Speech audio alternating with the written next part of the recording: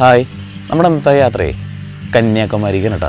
അപ്പോൾ അവിടുത്തെ വിവേകാനന്ദ പാറയും കാഴ്ചയും വിശേഷമായിരിക്കും കേട്ടോ നമ്മുടെ ഇന്നത്തെ വീഡിയോ. പോയല്ലോ. നോക്കിയിരിക്കൽ തന്നെ വണ്ടി എത്തിയിട്ടാ.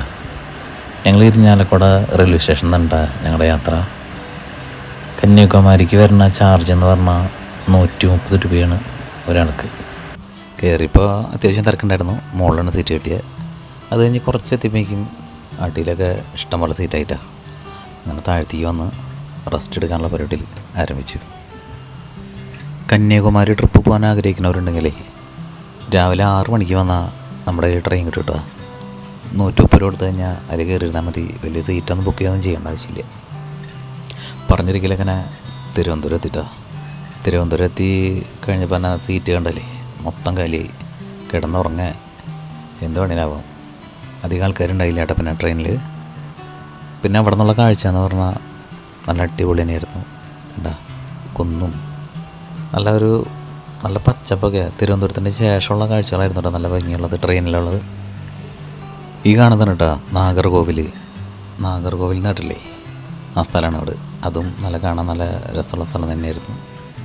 നമുക്ക് ഇനി അടുത്ത സ്റ്റേഷൻ വരുന്നതാണ് കന്യാകുമാരി. നാഗർകോവിലിൻ്റെ കാഴ്ചയും കണ്ട് കുറച്ച് നേരം കണ്ടിരിക്കുമ്പോഴേക്കും നമ്മുടെ കന്യാകുമാരി എത്തും.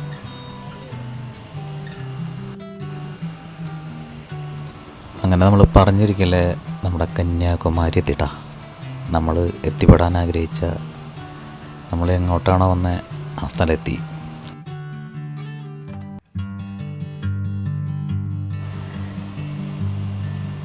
ഒരുപാട് നടക്കണം കേട്ടോ അങ്ങോട്ട് നമ്മുടെ റെയിൽവേ സ്റ്റേഷൻ്റെ എൻട്രൻസിലേക്ക് എത്തണമെങ്കിൽ. കാരണം ഞങ്ങൾ ഏറ്റവും പുറകിലായിരുന്നേ. പിന്നെ അവിടെ നടന്നു വന്നു. ആദ്യം തന്നെ ഭക്ഷണം കഴിക്കാൻ കയറി. കാരണം 3 നേരം ഒന്നും കഴിച്ചിട്ടുണ്ടായില്ല. ഞങ്ങൾ റൂമൊന്നും ബുക്ക് ചെയ്തിട്ടില്ല കേട്ടോ. പക്ഷെ അതിന് മുന്നേ ഞങ്ങൾ റൂം എടുക്കുന്നതിന് മുന്നേ കാഴ്ചകളൊക്കെ കാണാമെന്ന് വെച്ചിട്ട് നേരെ നമ്മുടെ ബീച്ചിൻ്റെ അവിടേക്കാണ് പോയിട്ടാ. കന്യാകുമാരി സ്റ്റാച്ചു ഒക്കെ ഉള്ള സ്ഥലം വർഷങ്ങൾക്ക് മുന്നേ വന്നിട്ടുണ്ട്. പിന്നെ ഇങ്ങോട്ട് എത്തിയിട്ടില്ല. അപ്പോൾ അതുകൊണ്ട് ഒരു ആകാംക്ഷ എത്രയും പെട്ടെന്ന് നമുക്ക് അവിടെ എത്തിപ്പെടണം എന്നുള്ള കാഴ്ചയിൽ.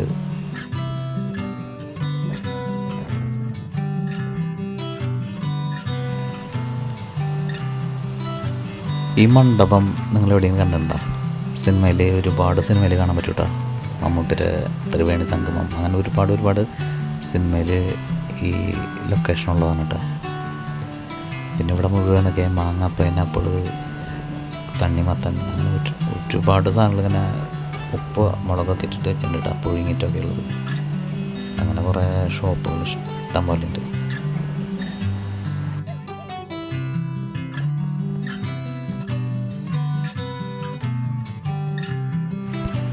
സാധനങ്ങൾക്കൊക്കെ വില കുറവ് തന്നെയാണ് കേട്ടോ. ഈ തുണികളൊക്കെ സാര കാശുള്ള കേട്ടോ. ഇവിടെയുള്ള കല്ലുകൾ, സ്റ്റോണുകൾ, ഇങ്ങനെ മാലകളും വലിയ റേറ്റൊന്നുമില്ല. പല സ്ഥലത്ത് നമ്മൾ കണ്ടിട്ടുണ്ട്. പിന്നെ ഞങ്ങൾ ഹോട്ടലിൽ റൂം എടുക്കാൻ വന്നതാണ് കേട്ടോ. അപ്പോൾ ഒരു കാർഡ് തന്ന ഒരു 200 രൂപയാണ് അതിന് പാക്കേജ് വരുന്നത്. ഈ പറയുന്ന സ്ഥലത്തൊക്കെ നമ്മളെ കൊണ്ടുപോയി തിരിച്ച് കൊണ്ടുവരും. ഞങ്ങളത് ബുക്ക് ചെയ്തു. ഒരാൾക്ക് വരുന്നത് 200 രൂപ. പിന്നെ ഞങ്ങൾ റൂം എടുത്തു. 3 ആൾ കൂടിയിട്ട് 1500 രൂപയാണ് കേട്ടോ റൂമിൻ്റെ ചാർജ് വരുന്നത്. പിന്നെ റൂമിൻ്റെ മുകളിൽ നിന്ന് കഴിഞ്ഞാൽ റൂമിൽ നിന്നാലും ഈ കാഴ്ച കാണാൻ പറ്റും കേട്ടോ. നേരെ സ്റ്റാച്ചു കാണാൻ പറ്റും, ഉദയം കാണാം. നല്ല അടിപൊളി റൂം തന്നെയായിരുന്നു. പിന്നെ ഇതാണ് കേട്ടോ ഞങ്ങളെടുത്ത റൂം. 1500 രൂപ 3 ആൾക്ക് താമസിക്കാൻ പറ്റും. പിന്നെ റൂമിൻ്റെ ജനലിൽ കൂടെ നോക്കി കഴിഞ്ഞാൽ വീണ്ടും നമുക്ക് വിവേകാനന്ദ പാറയും സ്റ്റാച്ചു കാണാം കേട്ടോ. റൂമിലങ്ങനെ ബാഗൊക്കെ വെച്ചിട്ട് പുറത്തേക്ക് ഇറങ്ങിയിട്ടാ കാഴ്ചകൾ കാണാൻ. പിന്നെ അസ്തമയം കാണാനുള്ള സമയമാവാറായല്ലോ. അങ്ങനെ ഇറങ്ങിയ ശേഷം തന്നെ ഒരുവിധ ആൾക്കാരൊക്കെ കുളിക്കുന്നുണ്ട് അവിടെ. നല്ല അടിപൊളി തേരയും നല്ല അടിപൊളി വെള്ളമാണ് കേട്ടോ. അതാണ് മെയിൻ സാധനം. നമുക്കങ്ങനെ ചെള്ളിയോ അങ്ങനെയൊന്നുമില്ല. നമ്മുടെ അവിടെ ഒരു വലിയൊരു ബോർഡ് വെച്ചിട്ടുണ്ട് കേട്ടോ, ത്രിവേണി സംഗമം എന്ന് പറഞ്ഞിട്ട്. ഇവിടുന്ന് നേരെ ഇറങ്ങി പോകണമെന്നാണ് കേട്ടോ ഇന്ത്യൻ മഹാസമുദ്രം. പിന്നെ ഇവിടുന്ന് ലെഫ്റ്റ് തിരിഞ്ഞ് കഴിഞ്ഞാൽ കാണാൻ പറ്റുന്നതാണ് ബംഗാൾ ഉൾക്കടൽ. പിന്നെ ഇവിടുന്ന് റൈറ്റ് തിരിഞ്ഞാൽ അറബിക്കടൽ. അങ്ങനെ 3 കടലിൽ സംഗമിക്കുന്നതാണ് ത്രിവേണി സംഗമം എന്ന് അറിയപ്പെടുന്നത് കേട്ടോ. അങ്ങനത്തെ ഒരു കാഴ്ചയും നമുക്കിവിടെ കാണാൻ സാധിക്കും. കടലിൽ കുളിക്കണ്ടെന്ന് കരുതിയിട്ട് തന്നെയാണ് അങ്ങോട്ട് വന്നത്. പക്ഷേ അവിടെ എത്തിയപ്പോൾ കടൽ കണ്ടപ്പോൾ ചാടാതെ പറ്റില്ലല്ലോ. അങ്ങനെ 3 ആളും കടൽ അടിപൊളിയായിട്ട് തന്നെ കുളിച്ചു. ശ്രദ്ധിക്കേണ്ട കാര്യം എന്ന് വെച്ച് കഴിഞ്ഞാൽ അടിയിൽ നിറച്ച് പാറയാണ് കേട്ടോ. അപ്പോൾ നമ്മൾ തിരയൊക്കെ വരുമ്പോൾ പാറയിൽ കാലൊരിഞ്ഞ് പൊട്ടാൻ സാധ്യത കൂടുതലാണ്. അപ്പോൾ നിങ്ങൾ വരണമെങ്കിൽ അതൊന്ന് ശ്രദ്ധിച്ചോളൂ. ഏത് കൊച്ചു കുട്ടികൾക്കും അവിടെ കുളിക്കാം കേട്ടോ. കാരണം എന്ന് വെച്ച് കഴിഞ്ഞാൽ അവരെ മറ്റേ ലൈഫ് ഗാർഡില്ലേ, അവരെന്തായാലും ഇവിടെ ഉണ്ട് കേട്ടോ. അവർ നമ്മളെ മുന്നിൽ തന്നെ അവിടെ 2, 3, 4, 5 ആൾക്കാർ തന്നെ ഇതിനു വേണ്ടി സേഫ്റ്റിയുടെ ഭാഗമായിട്ട് തന്നെ അവരെ വെച്ചിട്ടുണ്ട്. അതുകൊണ്ട് നമ്മൾ അപകടം എന്തായാലും ഉണ്ടാവില്ല. കുളി കഴിഞ്ഞിട്ട് വീണ്ടും നമ്മൾ റൂമിലെത്തിയിട്ടാണ്. വീണ്ടും റൂമിൽ വന്നിട്ട് വീണ്ടും കുളിച്ചു. അത് കഴിഞ്ഞ് ക്ഷേത്രത്തേക്ക് പോകാൻ തീരുമാനിച്ചു. കന്യാകുമാരി ക്ഷേത്രം ഉണ്ട് അവിടെ, കന്യാകുമാരി ദേവി ക്ഷേത്രം. അങ്ങനെ ക്ഷേത്രത്തേക്ക് ഇറങ്ങിയപ്പോൾ നേരെ പൂവൊക്കെ കണ്ടു. ഇതാണ് ക്ഷേത്രത്തേക്കുള്ള എൻട്രൻസ്. അവിടെ വീഡിയോ നോട്ട് അവൈലബിൾ ആണെന്ന് തോന്നുന്നുണ്ട്.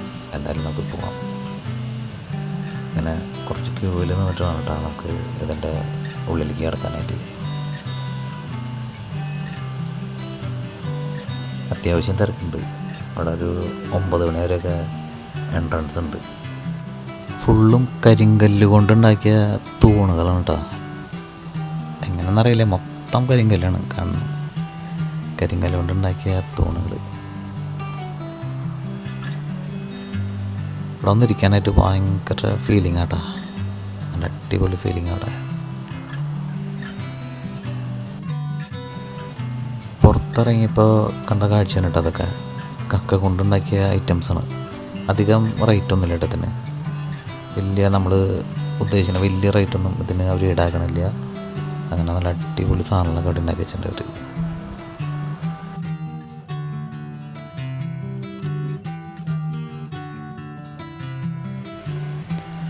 വീണ്ടും കടൽ തീരം ഒന്ന് കാണാമെന്ന് വെച്ചിട്ട് അങ്ങോട്ട് പോയിട്ടാ.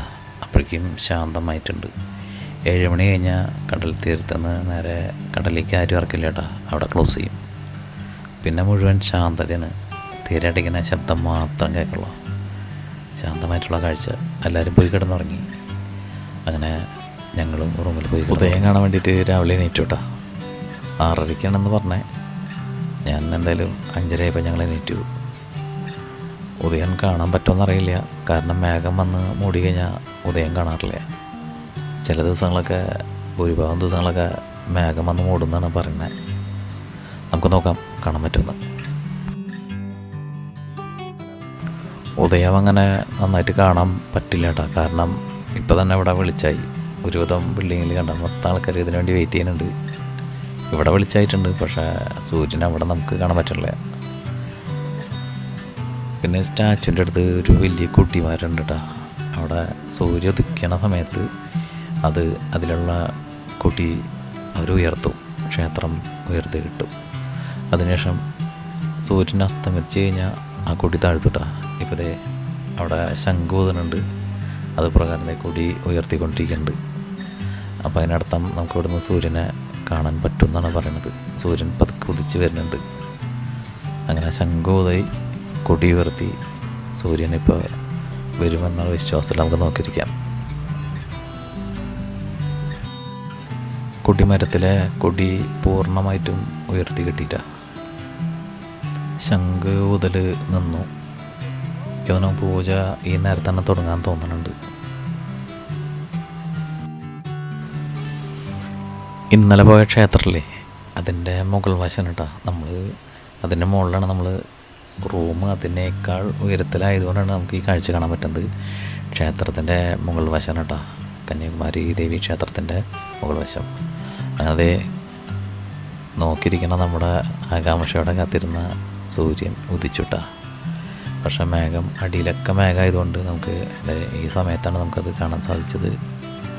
അങ്ങനെ സൂര്യോദയം കണ്ട് വീണ്ടും ഇന്നത്തെ യാത്രകൾ ആരംഭിക്കാൻ കേട്ടോ നമ്മുടെ കാഴ്ചകളിലെ. അങ്ങനെ നമ്മൾ 200 രൂപ ഇന്നലെ അടച്ചിട്ടുണ്ടായിരുന്നല്ലോ, ഹാഫ് ഡേ ടൂറിൻ്റെ. അങ്ങനെ ക്ഷേത്ര ദർശനവും എന്തോ കുറച്ച് കാഴ്ചകളൊക്കെ ഉണ്ടെന്നാണ് പറഞ്ഞത്. അതനുസരിച്ച് വന്നു. ഇവിടെ മ്യൂസിയം ഉണ്ട് കേട്ടോ. ഇതിൻ്റെ ഉള്ളിലേക്കും ക്യാമറ അലോഡല്ല, അതുകൊണ്ട് ആ വിഷ്വൽ എടുത്തിട്ടില്ല. അങ്ങനെ അവിടുത്തെ കാഴ്ചയും കണ്ട് വീണ്ടും അടുത്ത സ്ഥലത്തേക്ക്.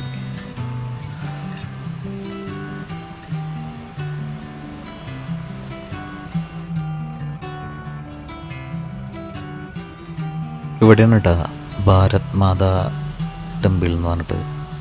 അവിടെ നമ്മുടെ വിഷ്വലൊന്നും എടുക്കാൻ പറ്റില്ല, അതുകൊണ്ട് ഞാൻ കയറിയില്ല. കൂടെ വന്നവരൊക്കെ കയറി. ഞാൻ പുറത്തുനിന്ന് ജസ്റ്റ് ഒന്ന് വീഡിയോ പിടിച്ച് പുറത്തേക്ക് ഇറങ്ങി. അത് കഴിഞ്ഞാൽ വിവേകാനന്ദൻ്റെ ഒരു എക്സിബിഷൻ ഉണ്ട് കേട്ടോ അവിടെ. ജനിച്ച നാൾ മുതൽ മരണം വരെയുള്ള എല്ലാം അവിടെ എഴുതിയിട്ടുണ്ട്. ഇംഗ്ലീഷിലും ഹിന്ദിയിലും ആണ് അവിടുത്തെ എല്ലാം ലെറ്ററുകൾ എഴുതിയിട്ടുള്ളത്. അത് നല്ല അറ്റ്മോസ്ഫിയറായിരുന്നു. ഇവിടുത്തെ ആളുടെ ജീവിതം മുഴുവൻ ഇവിടെ പകർത്തി ഫോട്ടോസുകളും എല്ലാം ആയിട്ട് എഴുതി വെച്ചിട്ടുണ്ട്. ബുക്കുകളുണ്ട്, എല്ലാം ഉണ്ട്. ഇവിടേക്ക് എൻട്രൻസ് വരുന്നത് 10 രൂപയാണ് അവർ നമ്മുടെ ഈടാക്കണത്. ഇവിടെ അങ്ങനെ വീഡിയോ ഒക്കെ പിടിക്കാൻ പറ്റും.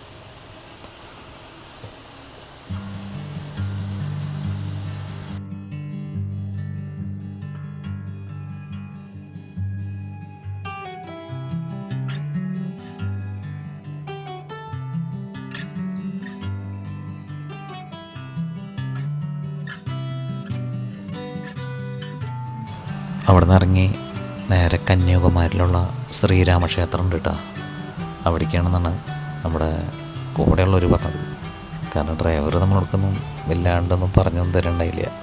അങ്ങനെ ശ്രീരാമ ടെമ്പിളിലേക്ക് ഇറങ്ങാണ്. 15 മിനിറ്റ് അരമണിക്കൂറാണ് കേട്ടോ അവിടുത്തെ സമയം തരണത്. തിരിച്ച് 1 മണിക്ക് തന്നെ നമുക്കിവിടെ ആക്കി തരും.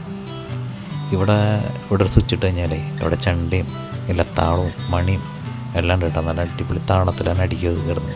ആ സമയമാകുമ്പോൾ പൂജയുടെ സമയമാകുമ്പോൾ ഡ്രൈവറെ നോട്ടം നോക്കിയാൽ ഇരിപ്പ് ഭയങ്കര ഗമയാൾക്ക്. രാജാവ് ഇരിക്കുന്ന പോലെ ഇരിക്കുക. പിന്നെ ഉള്ളത് സത്യസായിബാബ ടെമ്പിളാണ് കേട്ടോ.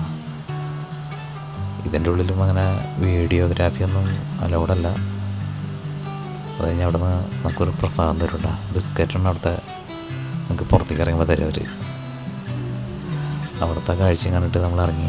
പിന്നെ കണ്ടില്ലേ ചക്കര ശർക്കര ഒരുപാട് ഐറ്റം കേട്ടോ. അടുത്തായിട്ട് സുചീന്ദ്രൻ ടെമ്പിളിൽ എത്തിയിട്ടുണ്ട് കേട്ടോ.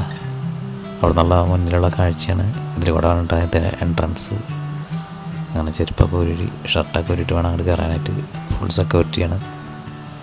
ഇവിടെയും കരിങ്കല്ലിൽ കൊത്തിയ വിഗ്രഹങ്ങളും തൂണുകളൊക്കെ അങ്ങനെയാണ് കേട്ടോ. വലിയ വലിയ വിളക്കുകളും നല്ല അടിപൊളി പുരാതന ക്ഷേത്രമാണ് കേട്ടോ. കാണാനൊക്കെ നല്ല അടിപൊളി തന്നെ അവിടെ. എന്താണെന്നറിയില്ല, ഇവിടെ ഒരു പ്രത്യേക വൈബാട്ടോ അവിടെ ഇരിക്കുമ്പോൾ. കുറേ നേരം ഇരിക്കുമ്പോൾ ഒരു സൈലൻ്റായിട്ട് നല്ല ഒരു പ്രത്യേക മുഴക്കവും എന്തൊക്കെയോ ഒരു നമുക്ക് ഫീലിംഗ് ചെയ്യും. വീണ്ടും വന്ന് വണ്ടിയിൽ കയറിയപ്പോൾ കണ്ട നല്ല അടിപൊളി ഒരു കാഴ്ച. ബംഗാളിയാണോ ഹിന്ദിക്കാരനാണോ എന്നറിയില്ല കേട്ടോ. ഐസ്ക്രീമാണത്. അവരെന്നെ വീട്ടിൽ നിന്ന് ഉണ്ടാക്കി കൊണ്ടുവരുന്നതുകൊണ്ട്. അത് കഴിഞ്ഞ് വീണ്ടും വിവേകാനന്ദ ക്ഷേത്രം ഉണ്ട് അവിടെ. പക്ഷെ ഞാനത് അവിടേക്ക് കയറിയില്ല. തിരിച്ച് വണ്ടിയിൽ തന്നെ കയറി തിരിച്ച് പോവാണ്. അത് കഴിഞ്ഞ് ഞങ്ങൾ നേരെ ടിക്കറ്റ് കൗണ്ടർ കിട്ടാം. നമ്മുടെ സ്റ്റാച്ചു കണ്ടേ, അതാണല്ലോ നമ്മുടെ ഏറ്റവും വലിയ ലക്ഷ്യം. അപ്പോൾ ആ സ്റ്റാച്ചുവിൻ്റെ അടുത്തേക്കുള്ള ക്യൂ ആണ്. 300-ൻ്റെ ക്യൂ ഉണ്ട്, പിന്നെ 75 രൂപ വരെ ക്യൂ ഉണ്ട് കേട്ടോ. ഇതാണ് 75-ൻ്റെ ക്യൂവിൽ നിന്ന് കഴിഞ്ഞാൽ ഇത്തിരി അധികം നേരം നിൽക്കണം. 300-ൻ്റെ ക്യൂ എന്ന് കഴിഞ്ഞാൽ ഇത്തിരി പെട്ടെന്ന് അങ്ങോട്ട് കയറാം, അത്ര വ്യത്യാസമുള്ളൂ. അങ്ങനെ ഞങ്ങൾ 75-ൻ്റെ ടിക്കറ്റ് എടുത്ത് ക്യൂവിൽ വന്നു. മുകളിൽ നല്ല ഫാനൊക്കെ ഉണ്ട് കേട്ടോ. നല്ല അങ്ങനെ പ്രശ്നങ്ങളും കാര്യമൊന്നുമില്ല. അത് കുറച്ച് കഴിഞ്ഞാൽ നേരെ സീറ്റും കിട്ടും. അത് കഴിഞ്ഞ് നോക്കിയിരിക്കാൻ തന്നെ നമ്മുടെ സെക്യൂരിറ്റിക്കാരൻ വന്ന് തുറന്നു കേട്ടോ. പിന്നെ നമ്മൾ ഇവിടുന്ന് ഓടണം, കാരണം അത് നമ്മൾ ബോട്ടിൽ സീറ്റ് കിട്ടണ്ടേ. അതുകൊണ്ട് നമ്മൾ നേരെ ഓടി അവിടെ എത്തുമ്പോൾ ക്യൂവിലായിട്ടാണ്. ക്യൂവിൽ നിന്ന് പിന്നെ ബോട്ടിലേക്ക് കയറാനുള്ള അവിടെ നമുക്ക് സേഫ്റ്റിക്ക് വേണ്ടിയിട്ട് കഴിച്ചിടാനുള്ളതാണ്. അതിങ്ങനെ മാല പോലെ അത് ഓടിക്കോട്ടിട്ട് അവിടെ മര്യാദയ്ക്ക് ഇരിക്കുക. അപ്പോഴേക്കും ബോട്ട് പുറപ്പെടും. പിന്നെ നല്ല അടിപൊളി കാഴ്ചയും കണ്ട് നേരെ നിസ്സാര നേരം മതി. അപ്പോഴേക്കും നമ്മുടെ സ്റ്റാച്ചുവിൻ്റെ അവിടേക്ക് എത്തിട്ടാ.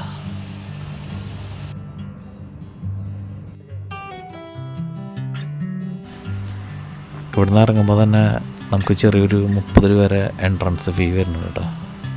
നേരത്തെ നമ്മൾ ബോട്ടിൻ്റെ പൈസ ആണെങ്കിൽ ഇത് എൻട്രൻസ് ഫീ, ഇതിൽ കയറാനുള്ള ഒരു എൻട്രൻസ് ഫീ ഉണ്ട്. അതെടുത്തിട്ട് നേരെ പോവുക. പോകണമെങ്കിൽ അതുപോലെ തന്നെ ചെരുപ്പ് സൂക്ഷിക്കണ സ്ഥലം താഴ്ത്തുണ്ട് കേട്ടോ. ചെരുപ്പൊക്കെ സൂക്ഷിച്ചിട്ട് വേണം. അത് പൈസ ഒന്നും വേണ്ട, ഫ്രീ ആണ്. വേറെ മോളിൽ നിന്നുള്ള കാഴ്ചയാണ് കേട്ടോ. നമ്മൾ മോളിൽ നിന്ന് പറഞ്ഞാൽ മുകളിലേക്ക് എത്തിയിട്ടില്ല. ഈ വെള്ള വരയിൽ കണ്ട വെള്ള പെയിൻ്റ് അടിച്ചിട്ടുള്ളത്, അത് നമ്മുടെ കാലിന് ചൂടൊന്നും അധികം ഏൽക്കാതിരിക്കാൻ വേണ്ടി ചെയ്തിട്ടുള്ളതാണ്. മുകളിൽ കയറുമ്പോൾ അതിൽ ചവിട്ടി കയറിയാൽ മതി. അപ്പോൾ അങ്ങനെ അത്ര വലിയ ചൂടുണ്ടാവില്ല. അല്ലെങ്കിൽ കാല് പൊളിയിട്ട് നമുക്ക് മുകളിൽ കയറാൻ പറ്റില്ല. അതെന്തായാലും ഉപകാരമായിരുന്നു. ഇവിടെ നിന്നൊക്കെ എഴുതി വെച്ചിട്ടുണ്ട് കണ്ട, സൺറൈസ് കലണ്ടർ എന്ന് പറഞ്ഞിട്ട്. അപ്പോൾ ഉത്തരായണം അങ്ങനെ മൊത്തം എഴുതി വെച്ചിട്ടുണ്ട്. നമുക്ക് ആ ഡേറ്റും ഏത് ലൈനിലേക്കാണ് നമ്മുടെ അസ്തമയം സൂര്യനൊക്കെ ഉദിക്കുന്ന സമയമൊക്കെ നമുക്ക് അറിയാൻ പറ്റുള്ളൂ. അതിൽ എല്ലാം കറക്റ്റായിട്ട് എഴുതി വെച്ചിട്ടുണ്ട്. അങ്ങനെ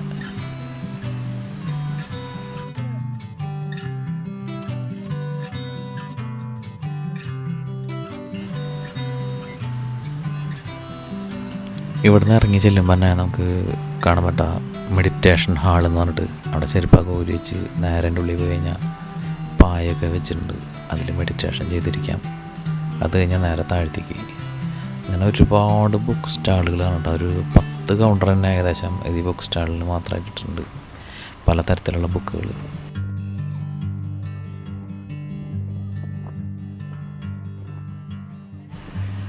കന്യാകുമാരി ദേവി പാദം എന്ന് പറഞ്ഞിട്ടേ ഇവിടെ ഒരു ചെറിയ ക്ഷേത്രം ഉണ്ട് കേട്ടോ. അപ്പോൾ അത് കണ്ട് വരണമെങ്കിൽ വരാം. അത് കഴിഞ്ഞാൽ പിന്നെ നമുക്ക് ഇവിടുത്തെ കാഴ്ചകൾ കണ്ട് നേരെ സ്റ്റാച്ചുവിൻ്റെ അടിക്ക് പോവാം. സ്റ്റാച്ചു കാണാൻ പോകുമ്പോൾ തന്നെയാണ് കേട്ടോ നമ്മുടെ ഗ്ലാസ് ബ്രിഡ്ജ് വരുന്നത്. എല്ലാ ആൾക്കാരും ഗ്ലാസ് ബ്രിഡ്ജ് മുഖോടെയാണ് കയറി പോകണം. എന്താ അത്യാവശ്യം നല്ല സ്ട്രോങ് ആക്കിയുള്ളതാണ്. ഞാൻ എന്തായാലും ആദ്യമായിട്ടാണ് ഗ്ലാസ് ബ്രിഡ്ജിൽ കയറണത്. നമ്മൾ പെട്ടെന്ന് തന്നെ നമ്മൾ വിചാരിക്കും ഇതിൽ പൊട്ടി വീഴോ അങ്ങനത്തെ ഒരു ചെറിയൊരു പേടിയുണ്ട് കേട്ടോ. പല ആൾക്കാരും കയറിയിട്ട് അപ്പോൾ തന്നെ മാറണുണ്ട്. എന്തായാലും അടിക്ക് നന്നായിട്ട് തന്നെ കാണാൻ പറ്റും കേട്ടോ. നല്ല ക്ലിയർ ആയിട്ട് തന്നെ കാണാൻ പറ്റുന്നുണ്ട്. പാറക്കൂട്ടങ്ങളും തിര വന്നടിക്കണതും. പിന്നെ പേടിക്കേണ്ട ആവശ്യമൊന്നുമില്ല, നല്ല സ്ട്രോങ് തന്നെയാണ്.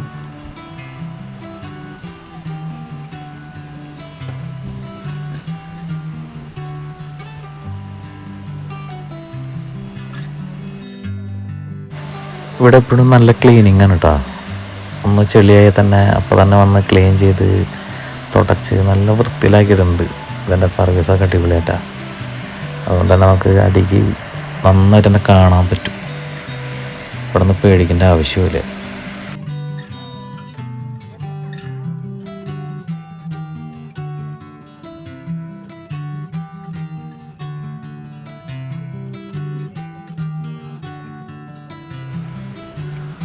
മുകളിലേക്ക് സ്റ്റാച്ചുവിൻ്റെ അടിയുള്ള കയറ്റാണ് കേട്ടോ. അങ്ങനെ നടന്ന് കയറ്റം എന്ന് പറഞ്ഞാൽ അങ്ങനെ നടന്ന സ്റ്റെപ്പുകളാണ്.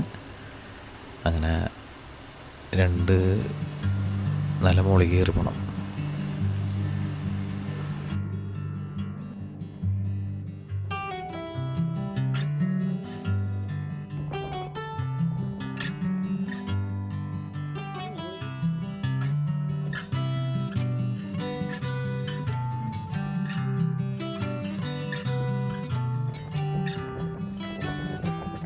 സ്റ്റാച്ചുവിൻ്റെ അടുത്ത് എത്തിക്കഴിഞ്ഞാലേ ആരോടും പറഞ്ഞാൽ വിശ്വസിക്കില്ല.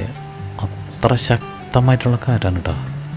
നമ്മുടെ മൊബൈലൊക്കെ ഇങ്ങനെ കണ്ണടയൊക്കെ തെറിച്ച് പോകും കാറ്റത്ത്. അത്ര കാറ്റാണ്. ചുഴലിക്കാറ്റില്ലേ അതുപോലെ തോന്നും. നമ്മളങ്ങനെ കാറ്റിൽ വന്നിട്ട് ഇങ്ങനെ കിടന്നൊരു ഒലച്ചിലുണ്ടാവും നമ്മുടെ ശരീരം. സ്റ്റാച്ചുവിൻ്റെ ഹൈറ്റ് എന്ന് പറഞ്ഞാൽ ഒരു പ്രത്യേക ഹൈറ്റാട്ടോ. അകലെ നോക്കുമ്പോൾ ഇത്ര ഹൈറ്റ് തോന്നിക്കല്ലേ, പക്ഷേ ഇവിടെ വരുമ്പോഴാണ് നമുക്കിതിൻ്റെ മെയിനായിട്ടുള്ളൊരു ഹൈറ്റ് കാണുക. സ്റ്റാച്ചുവിൻ്റെ വിരലിൻ്റെ നഖമൊക്കെ കണ്ടില്ലേ, അത്ര ഉള്ളൂ. പിന്നെ സ്ത്രീകളൊക്കെ ഇട്ട് വരണമെങ്കിലേ ചുരിദാറൊക്കെ ഇട്ട് വരണമെങ്കിൽ കുഴപ്പമില്ല. അല്ലാണ്ട് ഈ പാവാട പോലത്തൊക്കെ ഡ്രസ്സ് ഇട്ട് കഴിഞ്ഞാൽ മുഴുവൻ പൊങ്ങി പോട്ടോ. ഈ ഹാഫ് പാവാടയൊക്കെ ഇട്ട് വന്നു കഴിഞ്ഞാലേ ഇവിടെ എല്ലാം ഒരുവിധ ആൾക്കാരൊക്കെ അങ്ങനെയായിരുന്നു. പകുതി ആൾക്കാർ താഴ്ത്തി ഓടിപ്പോയി. കാരണം അവിടെ നിൽക്കുമ്പോൾ അങ്ങനെ ഡ്രസ്സൊക്കെ പൊങ്ങി പോവാം. അങ്ങനെ ആ കാഴ്ചയും കണ്ട് താഴ്ത്തേക്ക് ഇറങ്ങണം കേട്ടോ. വീണ്ടും നമ്മുടെ ഗ്ലാസ് ടോപ്പിൽ നടത്താം. ആ നേരെ നിൽക്കണ കൊച്ചിനെ കണ്ട ആ കൊച്ചിൻ്റെ പാവാടയൊക്കെ തോർത്തോണ്ട് കെട്ടിട്ട് കേട്ടാ. കാരണം മുകളിൽ നിന്നിട്ട് പറന്നിട്ടേ എന്താ ചെയ്യുക. അപ്പോൾ നിങ്ങളൊക്കെ വരണ്ടെങ്കിൽ പാൻറ്റോ ചുരിദാറോ എന്നൊക്കെ ഇട്ടിട്ട് വന്നോളൂട്ടാ. ഇവിടുത്തെ സ്റ്റാച്ചുവിൻ്റെ കാഴ്ച കഴിഞ്ഞ് വീണ്ടും ക്യൂവിൽ നിൽക്കുകയാണ് തിരിച്ചു പോകാനായിട്ട്. നമ്മുടെ അസ്തമയം കാണണ്ടേ, അതും കാണാൻ ബുദ്ധിമുട്ടാണ്. എന്നാലും നമുക്ക് നോക്കാം. ഇത് അവസാനത്തെ ട്രിപ്പാണ് കേട്ടോ പോണത്. കൊണ്ടുപോയ ആൾക്കാരെ തിരിച്ച് കൊണ്ടുവരാനായിട്ട് പോണതാണ്. ഞങ്ങൾ തിരിച്ച് അസ്തമയം കാണാനുള്ള ഓട്ടത്തിലാണ്.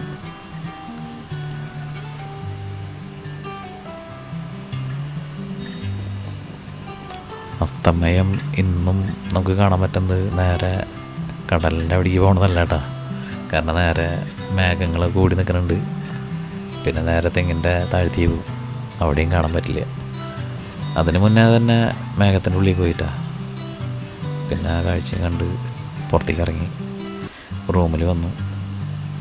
അങ്ങനെ റൂമിൽ നിന്ന് വെക്കറ്റ് ചെയ്ത് ഭക്ഷണം കഴിക്കാൻ വന്നപ്പോഴാണ് മീനിൻ്റെ കാഴ്ചകൾ മുഴുവൻ ഈ നമ്മുടെ കടലിൽ നിന്ന് പിടിച്ചതാണ് കേട്ടോ.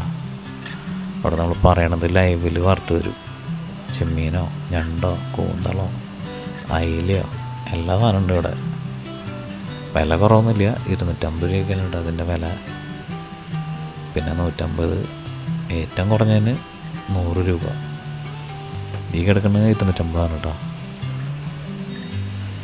അങ്ങനെ ആവശ്യത്തിനനുസരിച്ച് നമുക്ക് ഏത് വേണമെങ്കിലും വില ചോദിച്ചതിന് ശേഷം വറുത്ത് തരാൻ പറയാം. ഒരു മീനെന്ന് പറയരുത്. അങ്ങനെ അതും കഴിച്ചു. പിന്നെ അവിടെ ഉള്ളത് കപ്പ തന്നെ കേട്ടോ, നമ്മുടെ കൊള്ളി എന്ന് പറയില്ലേ, അതും ചട്നിയും ഒരു പൊടിയുണ്ടായിരുന്നു. ഇത് വരുന്നത് 250 രൂപ കേട്ടോ. ഞങ്ങൾ അങ്ങനത്തെ ഒരു 3 മേടിച്ചിരുന്നു. മീനും കപ്പയും കഴിച്ച് കഴിഞ്ഞിട്ട് നേരെ KSRTC കയറിയിട്ടാ നാഗർകോവിലേക്ക്. അവിടെ നിന്നാണ് നമ്മുടെ ട്രെയിൻ വരുന്നത്. ഫ്രണ്ട് സീറ്റ് തന്നെ കിട്ടി.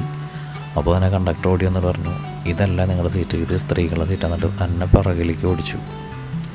അങ്ങനെ നാഗർകോവിലെത്തി. ഇവിടുന്ന് വീണ്ടും 5 രൂപ വേണം കേട്ടോ നമ്മുടെ റെയിൽവേ സ്റ്റേഷനിലേക്ക് പോകാനായിട്ട്. ഇവിടുന്ന് 5 രൂപയാണ് ഞങ്ങൾക്ക് വന്ന ചാർജ്. ഈ സ്ത്രീകൾക്കൊന്നും പൈസ വേണ്ട കേട്ടോ. ലോക്കൽ ടിക്കറ്റുകൾക്കൊക്കെ അവർക്ക് ടിക്കറ്റ് കൊടുക്കും. അതിൽ 0 എമൗണ്ടാണ് കാണിക്കുക. അവർക്ക് ലോക്കൽ പോകാനായിട്ട് പൈസ ഒന്നും വേണ്ട. അങ്ങനെ നേരെ റെയിൽവേ സ്റ്റേഷനിലേക്ക്, അവിടുന്ന് വീട്ടിലേക്ക്. ഹായ്. അങ്ങനെ കന്യാകുമാരിയിലെ കാഴ്ചയും വിശേഷം നിങ്ങൾ കണ്ടില്ലേ? വീഡിയോ ഇഷ്ടമായി എന്ന് കരുതുന്നു. അടുത്ത വീഡിയോ കാണും വരെ നന്ദി, നമസ്കാരം.